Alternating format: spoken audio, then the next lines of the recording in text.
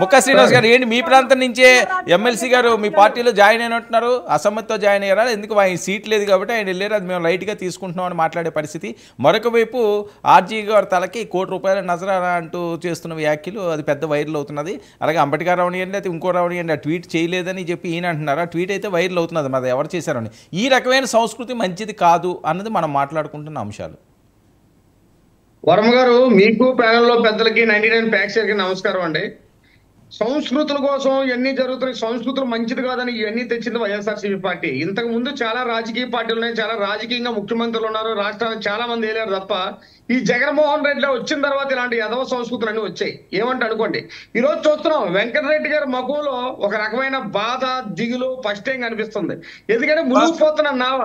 సాధారణంగా మా జనసేన నుంచి కానీ టీడీపీ నుంచి ఒక వార్డు మెంబరు, ఒక వాలంటీరో వాళ్ళ పార్టీలో జాయిన్ అయితే సాక్షి మీడియాలో పదే బోతలు వేసుకున్న పార్టీలో నాయకులు జాయిన్ అయిపోయి నాయకులు చూపించుకున్న డప్పు కొట్టుకున్న ఈ శాతగారి మీడియా ఈ రోజు చూస్తున్నారు. ఎమ్మెల్సీలు, ఎమ్మెల్యేలు, ఎంపీలు ఈ రోజు మా జనసేన పార్టీకి దారి కట్టి పవన్ కళ్యాణ్ గారి అండర్లో జాయిన్ అవుతుంటే రేపు మార్నింగ్ ఈ సిగ్గులేని సాక్షి మీడియా ఏం చూపిస్తాం చూడడానికి రెడీగా ఉన్నాం. అవి చూపించడానికి మీరు ఆగండి వెంకటరెడ్డి గారు, మీరు ఆగండి. మాటలు చాలా గౌరవంగా పద్ధతి కొన్నాం. ఆవిడ ఈజీ కాదు, నేను ముక్కా శ్రీనివాస్ బతుకు. మీరు కొంచెం మాట్లాడిన తర్వాత తిట్టాడు. ఇప్పుడు ఏదో మాట్లాడి గౌరవం ఇవ్వకుండా ఆడపిల్లతో మాట్లాడితే ఈజీ కాదు, ముక్కాసీతో మాట్లాడడం గౌరవిస్తాం. వెంకటరెడ్డి గారు అంటాం. మీరు ఆ గౌరవం మాట్లాడుతున్నారు చెప్పు. ఒక్క విషయం కూడా ఎదురు చెప్పలేదు, సైలెంట్ గా ఒక్క నిమిషం. ఇంతకు మీకు సీట్ ఉందా జనసేనలో? అంటారు జనసేనలో మీకు సీట్ ఉందా? బ్రదర్ ఒక్క నిమిషం. మీకు జనసేనలో ఎంతకు మీ సీట్ ఉందా? తెలుగుదేశానికి అమ్మేశారా?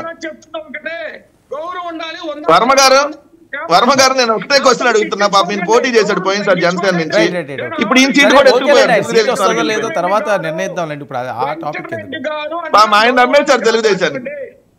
గౌరవాన్ని కాపాడుకోండి, ఏదైనా అడిగితే దానికి సమాధానం చెప్పడం నేర్చుకోండి. నేను కూడా అడుగుతున్నదే అన్న, మీకు సీట్ ఉందా లేదా అని అడుగుతున్నా. పాప మీరు పోటీ చేయాలని కోరుకుంటున్నాను నేను కూడా మనస్ఫూర్తిగా. అక్క చెల్లెలు ఉన్నారు ఈ సమాజంలో, ఆడ స్త్రీని గౌరవించడం ఎవడో కూడా ఆడొక మగవాడు కాదు.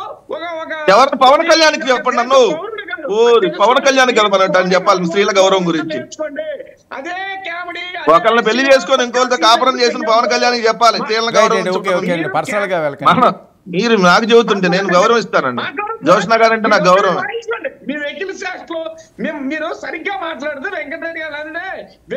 నేను సరిగ్గానే మాట్లాడాను సార్. ఒకరిని పెళ్లి చేసుకున్నాక ఇంకోళ్ళకి విడాకులు లేకుండా కాపురం చేశారు కదా, అదే చెప్పాను. నేనేమన్నా తేడా ఏమన్నా చెప్పాను ఏంటి? సమాధానం చెప్పండి.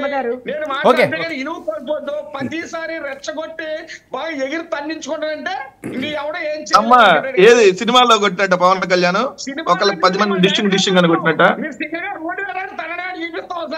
అబ్బా ఎవరు మీ మీద దాడి చేశారని మొన్న ఏదో సింపతి క్రియేట్ చేసుకోవడానికి ట్రై చేశారు కదా, మిమ్మల్ని ఏదో పట్టబోయారని. బొట్టను బొట్టన్న బొట్టు బ్రదర్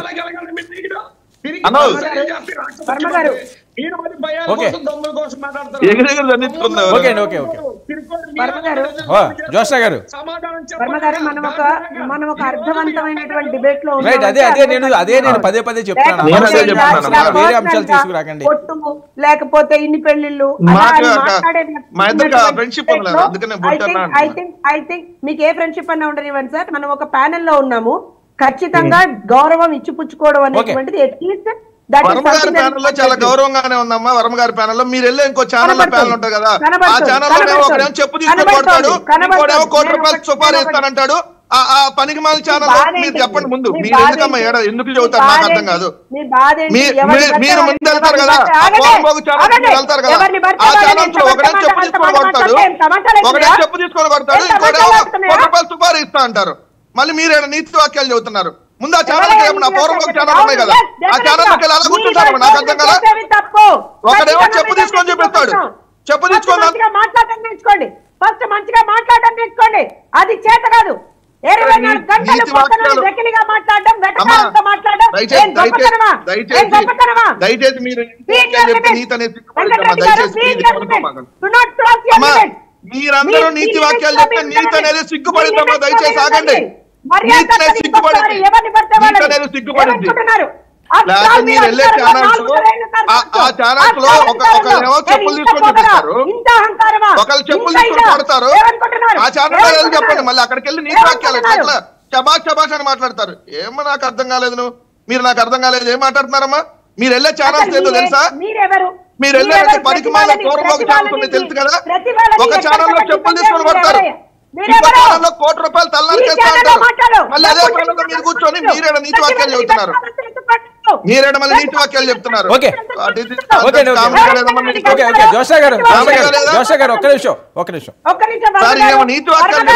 ఇస్తానండి. చాలా టైం ప్యానలిస్టులు అందరూ మాట్లాడిన తర్వాత మళ్ళీ మీ దగ్గరికి వస్తాను. ఒక్క నిమిషం. కాదు వర్మ గారు, ఒక్క నిమిషం. రాత్రిపూట ఇదే టైంలో ఆ వేరే ఛానల్ డిబేట్ లో ఉన్నారు. ఆ ఛానల్ లో సంస్కారవంతమైన చర్చ జరిగింది. మరి మీరు అక్కడ బ్యాన్ చేశారు. నిజంగా నీతివంతరాలుగా అక్కడ బిహేవ్ చేసినప్పుడు మీరు వెళ్ళే ఛానల్స్ ఏంటో తెలుసు కదా. రైట్, మనతో పాటు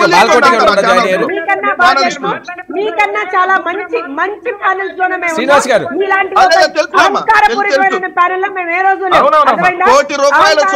₹1,00,00,000 తల నరికి తెస్తా అనే ఛానల్లో మీరు ఉంటారు. ఇంకోటేమో చెప్పు తీసుకొని అంటాడు. అది మీరున్న ఛానల్స్. సూపర్ అమ్మా.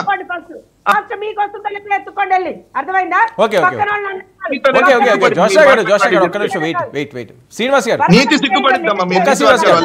శ్రీనివాస్ గారు మీరు స్ట్రైట్ పాయింట్ లోకి రండి. వెంకటరెడ్డి గారు, మేము ఒకటి క్లియర్ గా అడుగుతున్నా. మీ పార్టీ అధికారంలో ఉండి 170 వైనాట్ 170 అన్న మీ గొప్ప పార్టీ సింహం సింగల్ గా వస్తున్న పార్టీ, మీ నాయకులు ఒక్కడు ఎందుకు జారిపోతున్నాడు? ఒక్కొక్క ఎమ్మెల్యే ఎందుకు పక్క పార్టీల వైపు చూస్తున్నాడు? మీ నాయకుడు అంత గొప్పగా పరిపాలన ఉంటే మీ యొక్క ఎమ్మెల్యేలు మీ నాయకుడు అడుగు చావడంలో ఎందుకు సమాధానం చెప్పనా సార్? దీనికి సమాధానం జేడీ లక్ష్మీనారాయణ గారు ఎందుకు పార్టీ పెట్టారు? రాపాక వరప్రసాద్ గారు ఎందుకు వెళ్ళిపోయారు? తోట చంద్రశేఖర్ గారు ఎందుకు వెళ్ళిపోయారు? రాజు రౌతేజీ గారు ఎందుకు వెళ్ళిపోయారు? మాదాస గంగారాం గారు ఎందుకు వెళ్ళిపోయారు? మీ పార్టీలో ఉన్న వాళ్ళందరూ ఎందుకు వెళ్ళిపోయారు? సమాధానం చెప్పండి. దానికి సమాధానం చెప్పండి. మిస్టర్ ముక్కా గారు,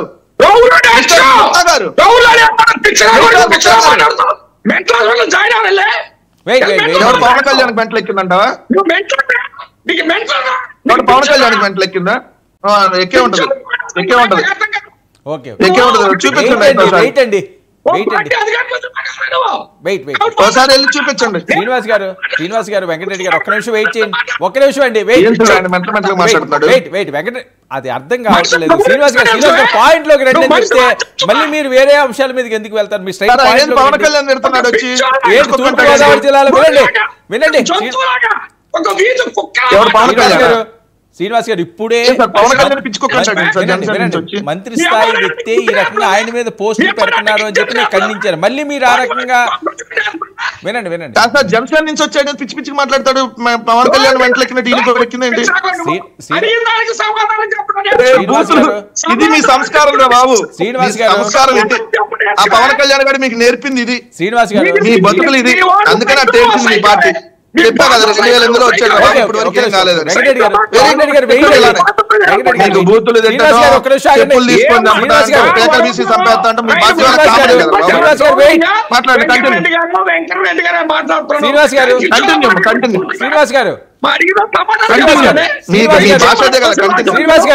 శ్రీనివాస్ గారు ఒక నిమిషం మీరు పాయింట్ లోకి వచ్చి స్ట్రైట్ గా మాట్లాడతారా? నేను అడిగిన సమాధానం చెప్పండి. వదిలేయండి.